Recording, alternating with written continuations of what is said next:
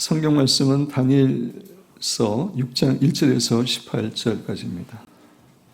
지난 주일에는 일터 사역자로서의 다니엘의 모습을 통해서 우리는 직장에서 무엇보다 정직하게 일을 해야 된다고 말씀을 드렸습니다.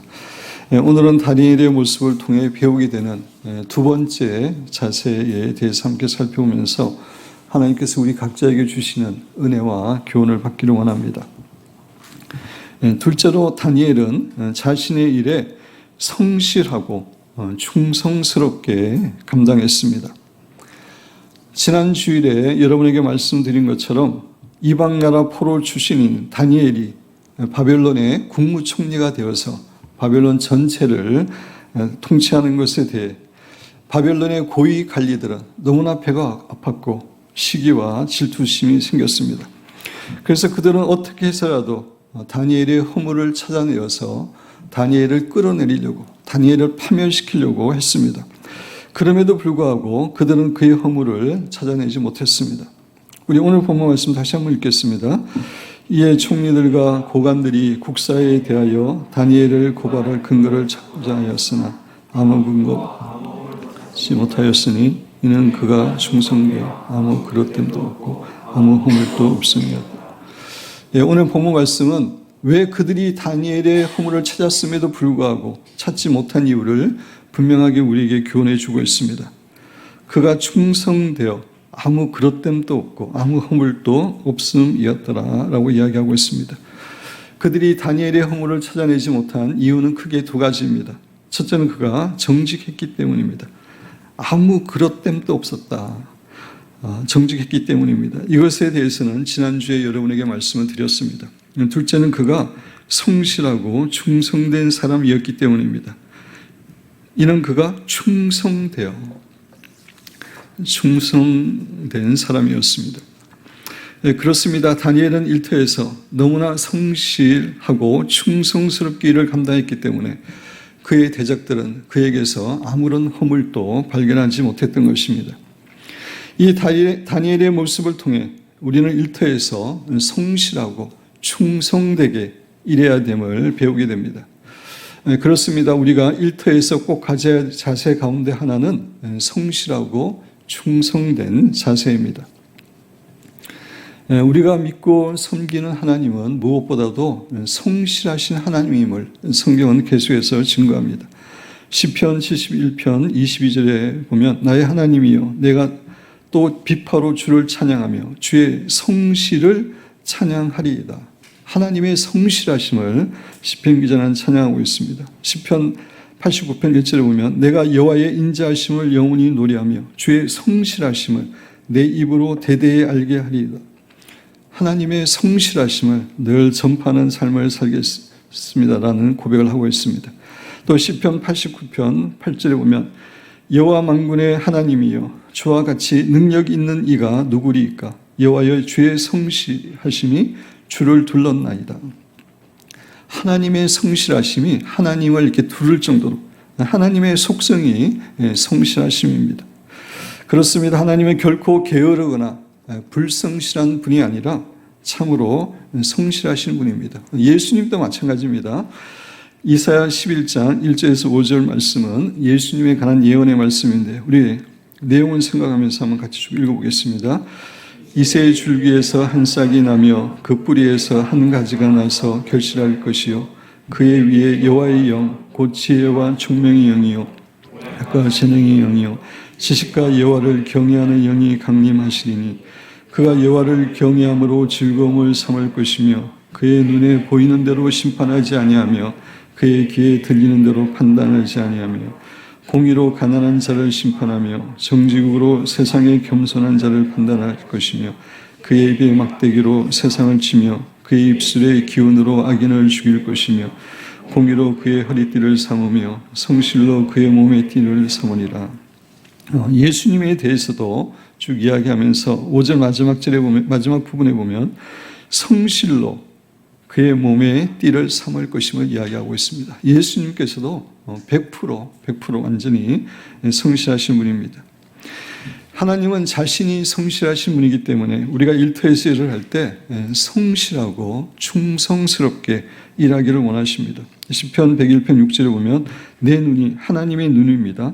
이 땅에 충성된 자를 살펴 나와 함께 살게 할 것이다 라고 이야기하고 있습니다. 하나님께서는 이 땅에서 충성스러운 사람들을 살펴보시고 그 사람을 함께 하시는 그런 축복을 허락하십니다.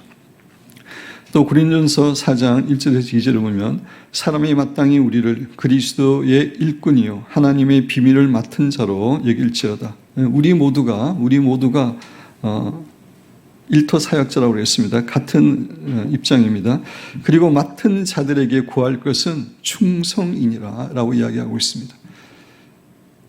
하나님의 일을 맡은 우리에게 구할 것은 충성임을 이야기하고 있습니다. 디모데전서 1장 12절 나를 능하게 하신 그리스도 예수 우리 주께 내가 감사하면 나를 충성되이 여겨 내게 직분을 맡기셨다라고 이야기하고 있습니다. 그런 관점에서 하나님께서는 우리가 충성되게 성실하게 충성되는 것하고 성실한 것하고 거의 같은 의미입니다. 그렇게 일을 하기를 원합니다. 여러분 교재 보면 성실의 사전적 의미는 태도와 말, 행동이 정성스럽고 참되고 착하며 거짓이 없고 열심이라는 그런 의미를 가집니다. 그런데 성경이 말하는 성실은 조금 다른 개념입니다. 하나님 앞에 서 있는 자세입니다. 하나님 앞에서 정직하고 책임성 있고 이웃에 대해 배려하고 하나님 앞에서 충성하는 자세를 통틀어서 성실이라고 말하고 있는 것입니다. 시계를 만드는 회사에 갓 입사한 그 젊은이가 오랫동안 시계를 만들어 온 장인에게 질문을 합니다. 어떤 시계가 좋은 시계입니까? 라고 질문을 했습니다. 그래서 그 장인은 이렇게 대답했다고 합니다. 좋은 시계란 일정하게 가는 시계입니다. 태엽이 많이 감겨 있다고 빨리 가지 않고 느슨하게 감겨 있다고 천천히 가서는 안 됩니다. 날이 춥든 덥든 낮이든 밤이든 누가 보든지 않든지 간에 어디에 두더라도 일정하게 가는 시계가 좋은 시계입니다 라고 대답했다고 합니다. 마찬가지로 하나님 앞에서 어떤 상황 가운데서도 한결같이 최선을 다하는 것, 이것이 성실입니다. 마르셀이라고 하는 실존주의 철학자는 성실의 정도가 존재의 정도를 결정한다라고 이야기했습니다. 우리의 성실함의 수준이 바로 우리 자신의 그 수준이라는 것입니다. 그만큼 성실이 중요하다는 것입니다. 사랑하는 성도 여러분, 우리는 우리의 소명의 장소인 일터에서 정직할 뿐만 아니라 성실해야 됩니다. 어떤 사람이 아무리 정직하게 직장에서 일을 한다 할지라도 그 사람이 성실하고 충성스럽게 일하지 않으면 그 사람은 일터에 별로 도움이 되지 않습니다. 우리는 정직할 뿐만 아니라 성실해야 됩니다. 그래서 성경 말씀도 우리가 일터에서 무엇보다도 성실하게 충성스럽게 일을 해야 됨을 교훈해 줍니다. 에베소서 6장 5절에서 9절 내용을 생각하면서 우리 같이 한번 읽어보겠습니다. 종들아 두려워 말고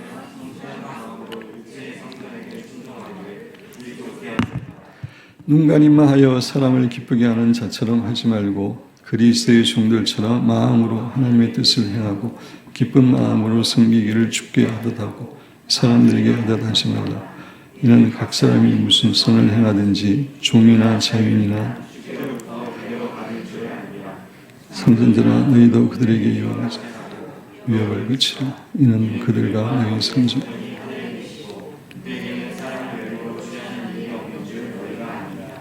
그 말씀을 통해서 우리가 직장에서 일터에서 어떻게 일을 해야 되는지 좀 적어봤습니다.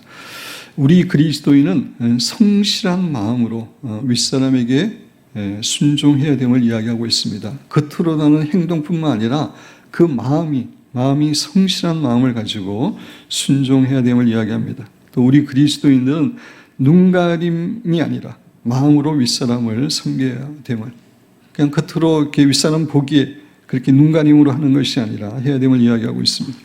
우리 그리스도인은 일에 나태하거나 불성실하거나 태만해서는 결코 안 됨을 이야기하고 있습니다. 우리 그리스도인은 늘 주님께 충성하듯이 세상에서 일하는 것도 주님께 일하듯이 주님께 충성하듯이 최선을 다해 이를 감당해야 됨을 교훈해 주고 있습니다. 또 우리 그리스도인들은 주님을 섬기듯 윗사람, 비록 까다로운 윗사람이라 할지라도 섬겨야 됨을 교훈해 주고 있습니다. 이것이 성경에서 말하는 일터에서의 우리의 자세입니다. 우리가 이렇게 성실하고 충성스럽게 일을 하게 되면 우리의 고용주나 우리의 상사가 보상하지 않더라도 하나님께서 친히 보상하실 것을 약속하고 계십니다. 8절에 보면 이는 각 사람이 무슨 선을 행하든지 종이나 자유인이나 주께로부터 그대로 받을 줄을 알미라. 때로는 세상 사람들이 우리를 축복하지 못할 수 있지만 하나님께서는 보상해 주신다는 것입니다. 세상에는 크게 세 가지 종류의 일꾼이 있다고 할 수 있습니다. 첫째는 주인을 기쁘시게 하지 못하는 일꾼입니다. 주인에게 별로 도움이 되지 않고 주인의 마음을 힘들게 하고 주인에게 짐이 되는 그런 일꾼이 있습니다. 둘째로 주인만 기쁘게 하는 일꾼이 있습니다. 이 사람은 주인이 볼 때만 열심히 이제 주인의 비를 맞추고 일하는 일꾼입니다. 셋째는 주인뿐만 아니라 하나님을 기쁘시게 하는 일꾼입니다. 이 사람은 주인이 보거나 보지 않거나 하나님 앞에서 늘 최선을 다하는 사람입니다. 하나님께서 우리에게 요구하는 일꾼의 자세는 세 번째 일꾼의 자세입니다. 주인뿐만 아니라 하나님도 기쁘시게 하는 그러한 일꾼으로 살아가는 것입니다. 우리는 그 왕의 제정 강의를 통해서 충성의 기준에 대해서 우리는 배웠습니다. 다시 한번 살펴보기를 원하는데 누가복음 16장 10절에 13절 우리 같이 한번 읽어보겠습니다. 지극히 작은 것에 충성된 자는 큰 것에도 충성되고 지극히 작은 것에 불의한 자는 큰 것에도 불의하니라. 너희가 만일 불의한 재물에도 충성하지 아니하면 참된 것으로 너희에게 맡기겠느냐. 너희가 남의 것에 충성하지 아니하면 누가 너희의 것을 너희에게 주겠느냐. 지파인이 그 주인의 섬길 사람하니 그 길을 미워하고 저를 사랑하거나 꼭 이를 중히 여기고 저를 영히 여길 것입니다. 너희는 하나님과 재물을 첫 번째는 지극히 작은 것에 충성해야 됨을 이야기하고 있습니다. 작은 것에 충성하는 사람들이 큰 것에 충성할 수 있지 작은 일에도 충성하지 못하는 사람은 큰 일에 충성하지 못함을 교훈해 줍니다. 작은 일에 충성하는 사람은 하나님께서 크게 세워주십니다.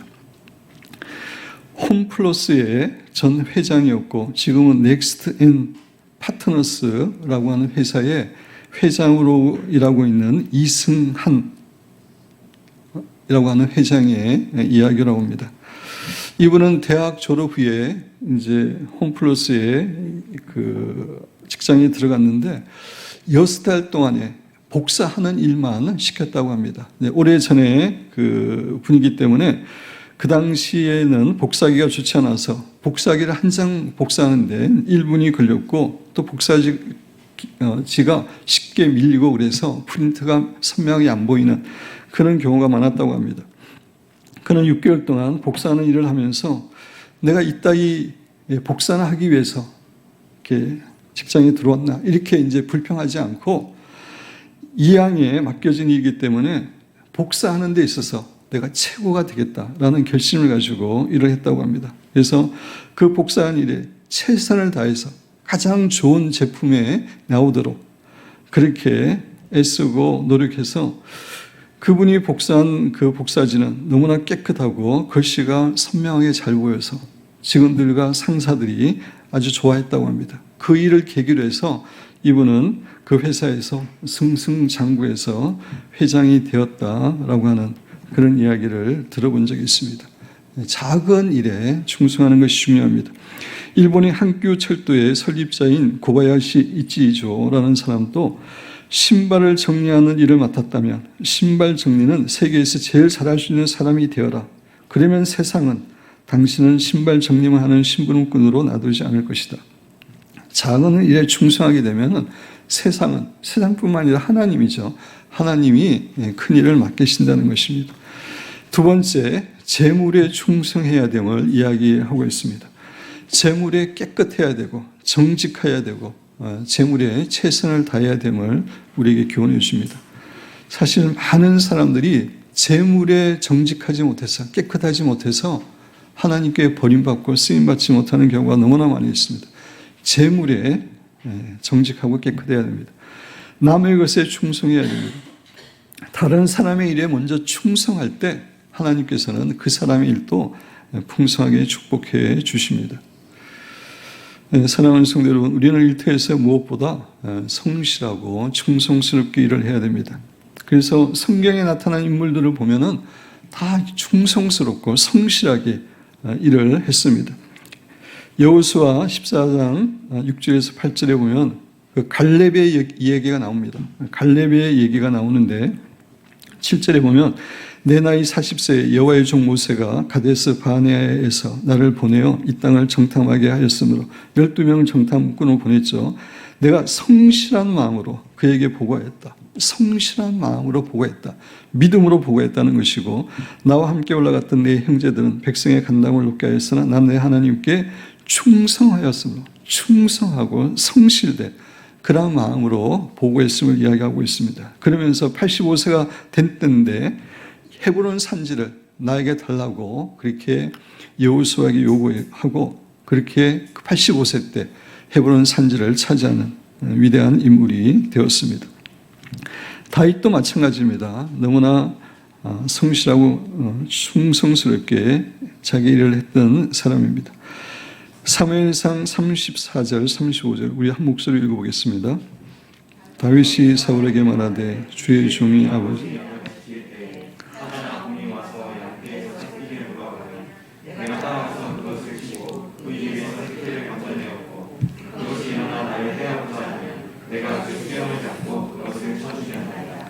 우리가 잘 알고 있는 것처럼 목동이라고 하는 일은 그렇게 위대한 일이 아니었습니다. 지극히 적은 일이었습니다. 하찮은 일이었습니다.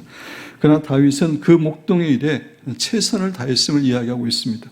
사자나 곰이 자기가 치던 양을 잡아먹게 오면은 그들과 목숨을 걸고 싸우고 양들을 지켰음을 그렇게 이야기하고 있습니다. 다윗의 이런 성실하고 충성된 모습을 보고 하나님께서는 다윗을 이스라엘 왕으로 세우신 겁니다. 사무엘상 16장 1절에 보면 여호와께서 사무엘에게 이르시되 내가 이미 사울을 버려 이스라엘 왕이 되지 못하게 하였거늘 내가 그를 위하여 언제까지 슬퍼하겠느냐. 너는 뿔에 기름을 채워 가지고 가라. 내가 너를 베들레헴 사람 이새에게로 보내리니 이는 내가 그의 아들 중에서 한 왕을 보았느니라 하시는지라. 우리 김미진 간사님도 이야기했지만 그 아들 중에서 한 왕을 보았다라고 하는 말의 원어적 의미는 예선을 통과했다라고 하는 그런 의미를 가지는 말입니다. 다윗은 평상시에 하나님께서 맡겨진 자기의 일에 정말 성실하고 충성스럽게 감당했기 때문에 하나님께서는 그것을 통해서 그를 예선 통과시키시고 이스라엘 왕으로 삼으셨음을 이야기하고 있습니다. 잠언 22장 29절도 동일한 이야기를 합니다. 내가 자기 일에 능숙한 사람을 보았느냐. 정직하고 성실하게 일하는 사람을 보았느냐. 이러한 사람은 왕 앞에 설 것이요 찬한 자 앞에 서지 아니하리라 라고 성경은 약속하고 있습니다. 사랑하는 성도 여러분, 우리의 직장에서의 일은 단지 생계나 생존을 위한 방편만이 아닙니다.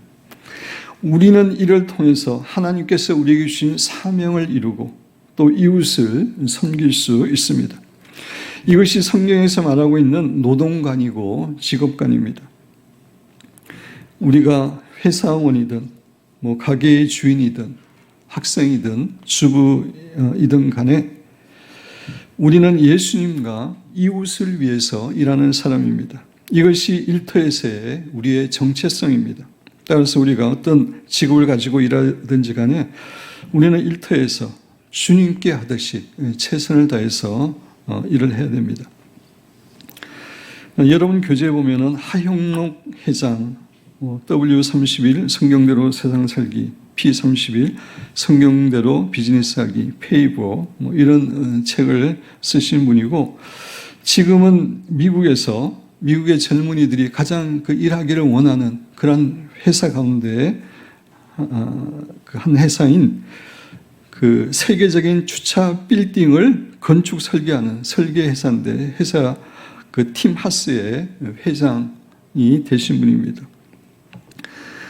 이분이 쓴 책을 이렇게 읽어봤더니, 이분은 주차 건물 전문 건축 회사인 워크 파킹 컨스턴트라는 회사에 취직해서 정말 짧은 기간에 수직 상승을 했다고 합니다. 그분이 29세 때 대학을 졸업하고 29세 때 그 회사의 부사장이 되었다고 합니다. 그것은 그가 매 순간 성실하고 충성스럽게 일을 했기 때문입니다. 이분은 말하기를 상사가 10개를 하라고 일을 하면 자기는 11개를 했다고 합니다. 지시한 것보다 훨씬 더 잘하려고 노력했다고 합니다. 그 이유는 승진을 위해서 그렇게 한 것이 아니라, 자기가 그렇게 열심히 일을 하게 되면 상사나 동료들이 즐거워하는 게 너무 기뻐서, 감사해서 그렇게 일을 했다고 합니다. 이런 거 보면 본래 착한 사람이고 좋은 사람 같습니다. 그리고 제가 책을 읽어보니까 아버님이 목사님이었는데, 목사님이 나병 환자들, 한생병 환자들 돌보는 그런 곳에 목회했던 분인데, 그 마음을 본받아서 이분도 본래부터 마음이 착한 것 같습니다. 그래서 상사가 10개를 하면 11개를 했는데, 예를 들어서 상사가 물을 떠오라 그러면은 컵에 물만 이렇게 담아서 가져가는 게 아니라 쟁반에, 거기다가 쟁반까지는 많은 사람이 생각할 수 있는데 냅킨도 한 장 딱 해서 그렇게 상사에게 갖다 준다고 합니다. 그러면 대부분의 상사가 감동을 받게 되는 거죠. 그리고 일을 할 때나 보고서를 작성할 때도 이분은 정해진 시간이 되기 전에 반드시 그것들을 해서 상사의 자리에 갖다 놓는다고 합니다. 안 그러면 상사가 자꾸 물어볼 수 있으니까 그게 상사를 번거롭게 하기 때문에 미리 철저하게 그렇게 한다고 합니다. 이분이 이렇게 열심히 일하는 어느 날 회사에 들어가서 이제 사장님이 이분을 부르더니 이렇게 물었다고 합니다. 내가 자네보다 나이가 25살이나 많고 그만큼 이게 회사 경험이 많은데 왜 사람들이 나를 찾지 않고 자네들을 찾아가지고 자네한테 자꾸 이렇게 도움을 받는지 모르겠다. 그 비결을 이야기해보라 그래서 이분이 자기는 모르겠다고 이렇게 이제 이야기를 했다고 합니다. 시치미를 뗐다고 합니다.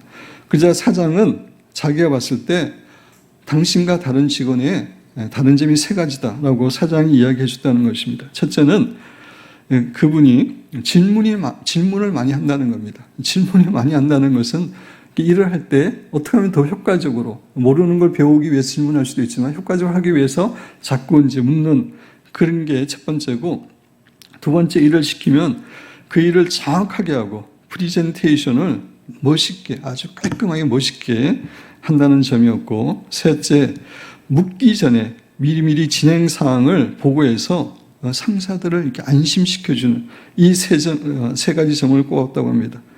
사장이 이 이야기를 한 다음에 이 사람을 매년 진급시켜서 1986년도 29살 때에 회사의 부사장이 되게 했다고 합니다.